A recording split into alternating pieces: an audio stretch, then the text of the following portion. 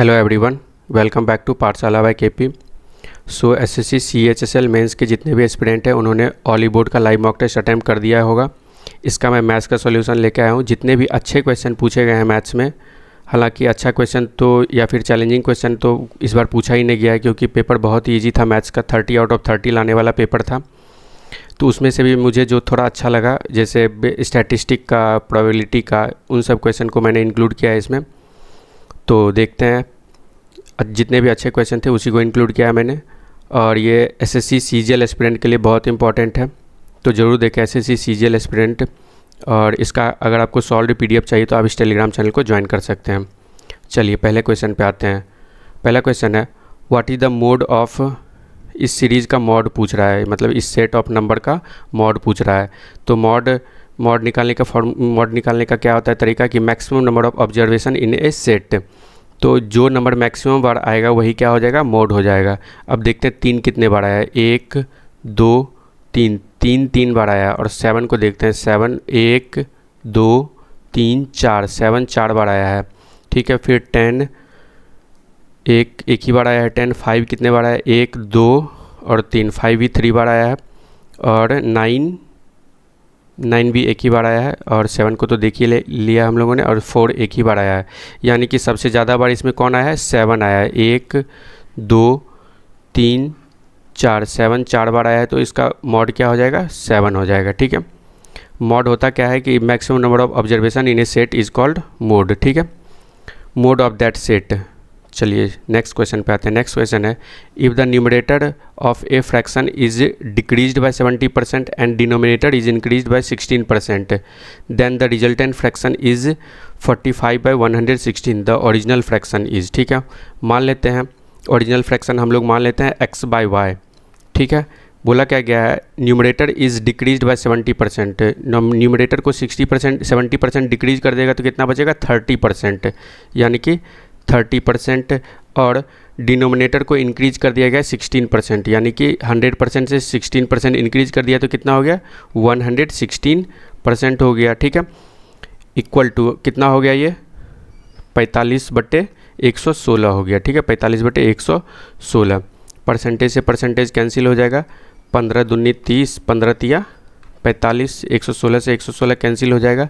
x/y कितना हो जाएगा, 3/2 हो जाएगा। ठीक है, यही हमारा ओरिजिनल फ्रैक्शन हो जाएगा, 3/2। नेक्स्ट सवाल है, the probability of Anil hits the target is 0.23, find the probability that the target will be missed. तो अनिल के टारगेट हिट करने का प्रोबेबिलिटी है 0.23। ठीक है, तो मिस होने का टारगेट क्या होगा, मिस होने का टारगेट 1 - 0.23 हो जाएगा। तो 1 - 0.23 कितना हो जाएगा, 0.77 हो जाएगा। ठीक है, तो इसका आंसर हो जाएगा 0.77। नेक्स्ट सवाल है, 2 circle having the same centre is called. 2 circle का सेम सेंटर है, जैसे एक सर्कल है, ये इसका सेंटर है ये। ठीक है, इसी सेंटर से एक और सर्कल बनाया गया है। ठीक है, तो ये इस टाइप के सर्कल को, दोनों सर्कल को क्या बोलेंगे, कंसंट्रिक सर्कल बोलते हैं। ठीक है, जिसका दोनों का सेम सेंटर होता है उसको क्या बोलते हैं, कंसंट्रिक सर्कल बोलते हैं। ठीक है, नेक्स्ट सवाल है, find the median of the following data. इस डाटा का मीडियन निकालना है।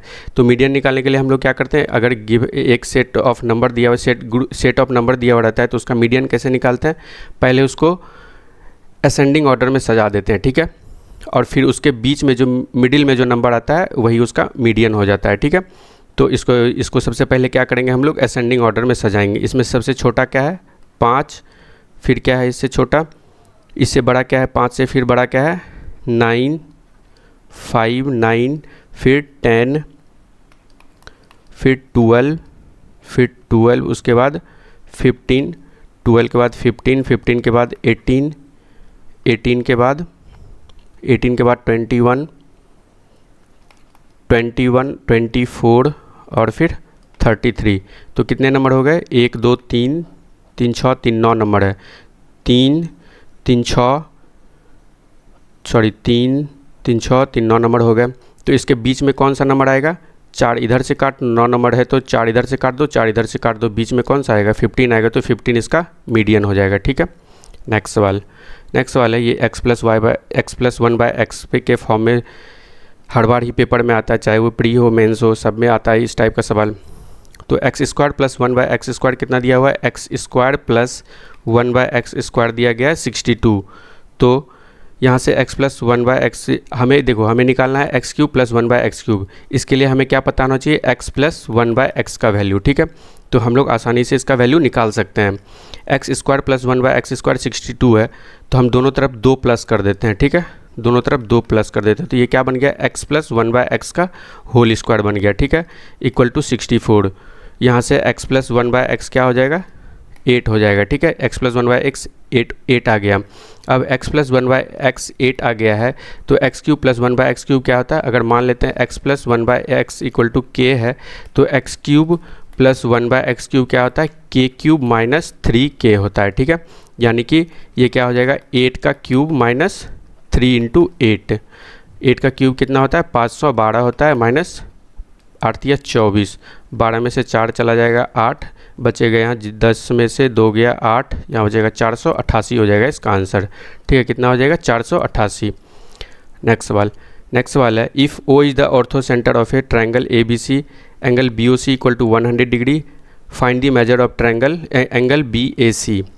ठीक है, एक ट्रायंगल दिया गया ए बी सी, इसमें फिगर बनाने का भी जरूरी नहीं, डायरेक्ट आंसर टिक करेंगे हम लोग 180।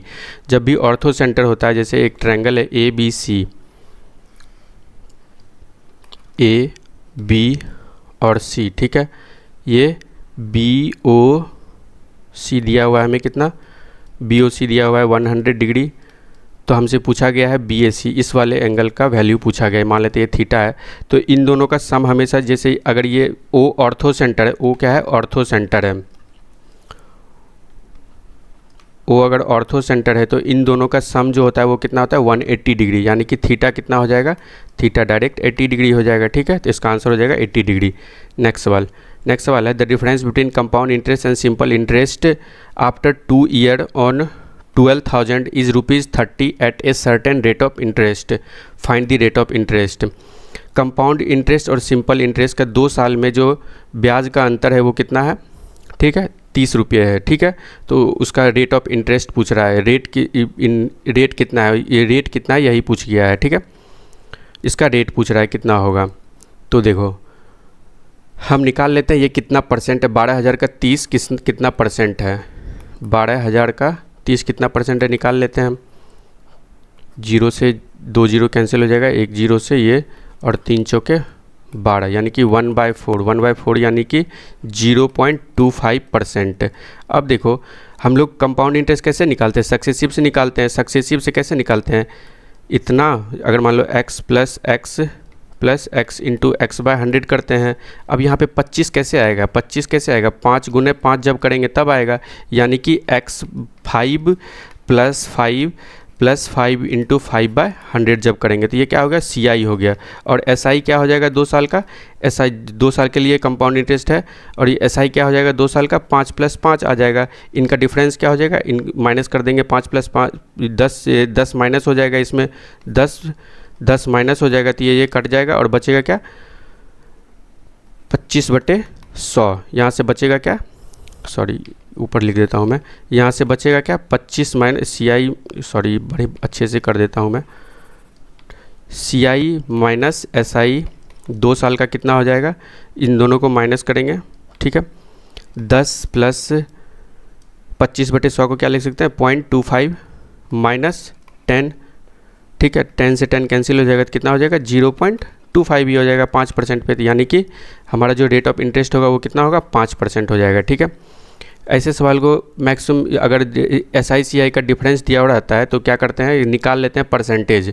ठीक है, अगर दिख रहा है डाटा इजी है तो हम क्या करते हैं कि उसका परसेंटेज निकाल देते हैं, डिफरेंस का टोटल में कितना परसेंट है, उसका परसेंट से, जैसे ये 25 आ गया तो यहाँ 5 गुना 5 होता है 25, हमें पता है, तो आसानी से 5% हो जाएगा इसका।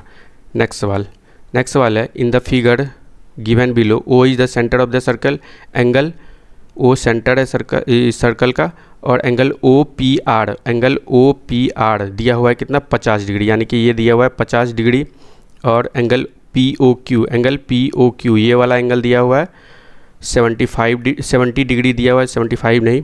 तो पूछ रहा है what is the measure of angle P Q R का मेजर पूछ रहा है, पी क्यू आर ये वाला एंगल का मेजर पूछ रहा है, ठीक है। ये वाला एंगल पता होने के लिए हमें ये वाला एंगल और ये वाला एंगल पता होना चाहिए। अब देखो इस वाले ट्रायंगल में आते हैं, इस वाले ट्रायंगल पी ओ क्यू में, ट्रायंगल पी ओ क्यू में आते हैं,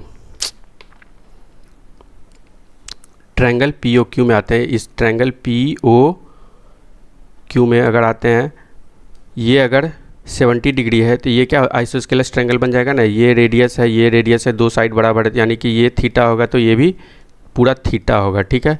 यानी कि ये कितना हो जाएगा, द ऑल एंगल का मेजर सम कितना होता है 180 डिग्री होता है। तो 2 थीटा बराबर कितना हो जाएगा 110 डिग्री हो जाएगा, थीटा बराबर 55 डिग्री। तो ये वाला एंगल कितना हो जाएगा, यहाँ से यहाँ ये थीटा कितना हो जाएगा 55 डिग्री हो जाएगा, ठीक है। अब मिटा देते हैं इसको। तो ये थीटा कितना हो जाएगा 55 डिग्री हो जाएगा। अब देखो अगर कोई भी सर्कल में सेंटर पे एंगल, अगर सेंटर पे अगर एंगल 2 थीटा बन रहा है तो इसके सरकमफेरेंस पे जो बनता है, सरकमफेरेंस पे जो एंगल बनता है वो कितना डिग्री का बनता है, थीटा डिग्री का बनता है, ठीक है। तो अभी देखो यहाँ से इस वाले आर्क से सेंटर पे 70 डिग्री बन रहा है, तो इसी वाले सेम आर्क से सरकमफेरेंस पे इसका कितना बनेगा, हाफ बनेगा, ठीक है। सरकमफेरेंस पे कितना बनेगा, हाफ बनेगा। सेम आर्क से बन रहा है, सेम आर्क से सेंटर पे और सरकमफेरेंस पे, सेंटर पे बन रहा है 70 डिग्री, तो सरकमफेरेंस पे इसका कितना हो जाएगा 70 का हाफ, यानी कि 35 डिग्री। अब ये वाला एंगल 35 आ गया और ये वाला एंगल कितना आ गया, ये वाला एंगल पूरा जोड़ेंगे, ये 50 है, ये 55 है, तो 50-55 कितना हो जाएगा 105 डिग्री और प्लस 35 डिग्री कितना हो जाएगा टोटल 140 डिग्री हो गया। तो हमसे पूछा गया ये वाला angle angle P Q R पूछा गया है, तो एंगल पी क्यू आर कितना हो जाएगा, एंगल पी क्यू आर कितना हो जाएगा 180 डिग्री माइनस 140 डिग्री, ठीक है, यानी कि 40 डिग्री हो जाएगा इसका आंसर, ठीक है। चलो यही था, इतना ही मुझे अच्छा, मतलब थोड़े अच्छे लेवल का क्वेश्चन, अच्छे लेवल नहीं बोलेंगे, थोड़ा अच्छा क्वेश्चन लगा, बाकी सारा इजी ही था। ये वाला पेपर में मैथ्स में 30 आउट ऑफ 30 लाने वाला पेपर था, ठीक है। चलो मिलते हैं फिर नेक्स्ट वीडियो में। अगर आपको इसका सॉल्व पीडीएफ चाहिए तो आप इस टेलीग्राम चैनल को ज्वाइन कर सकते हैं, और वीडियो पसंद आया तो लाइक शेयर एंड सब्सक्राइब ज़रूर करें, ठीक है। धन्यवाद।